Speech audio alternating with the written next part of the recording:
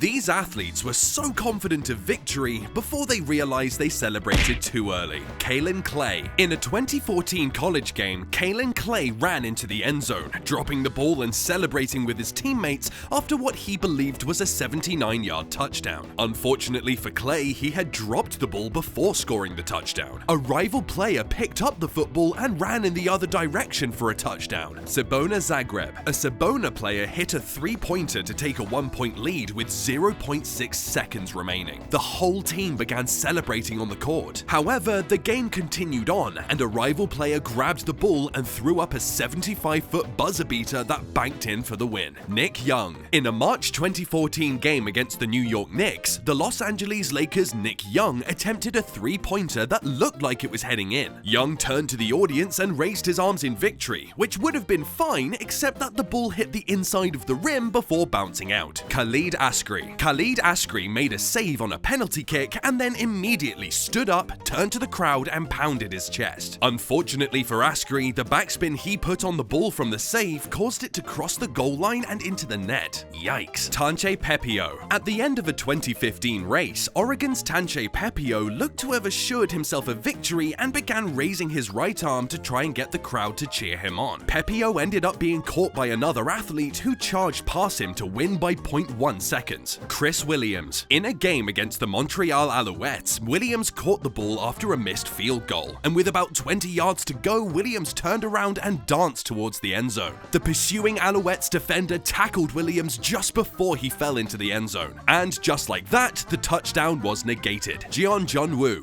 In a 2013 Korean League game, Jeon ripped the ball for what he thought was a surefire home run. Jeon began celebrating down the first baseline, only to see the ball easily caught at the warning track. The rival team began laughing while Jeon stood at first base looking confused by what had just happened. Patrick Roy. With Roy's Avalanche team leading the best-of-7 series 3-2 over the Detroit Red Wings in a scoreless first period of Game 6, Roy stopped Captain Yzerman at point-blank range. Roy celebrated too early and dropped the puck, and a rival player tapped it into the net. The Avalanche went on to lose the game and the series. Leon Lett. Lett ran down the field 60 yards towards the end zone, holding out the ball for the final few yards. Bills wide receiver Don Beebe hustled back and swatted the ball out of Lett's hand, forcing a touchback instead of a touchdown. What could have been a great Super Bowl moment became a super gaffe. Ricardo Russo. Ricardo Russo began his final lap by slowing down and raising his arms in victory, not knowing that he still had one lap remaining. In the meantime, the other riders raced past Russo to the finish line. The mistake cost Russo the victory and landed him in 14th place. Alex Cuhavante. Colombian skater Alex Cuhavante was seconds away from the gold at the 2,000 meters men's final at the 2010 World Roller Speed Skating Championships. With a comfortable lead and just a few meters left to go, he eased up and started celebrating. But South Korean skater Sang-cheol Lee surged ahead to take the win. Lindsay Jacobellis. At the 2006 Winter Olympics, Lindsay Jacobellis was nearing the end of the course when she attempted a method grab stunt on the second-to-last jump, twisting and grabbing the board in midair. Jacobellis landed on her heels and fell to the ground, allowing another athlete to pass her for the gold medal.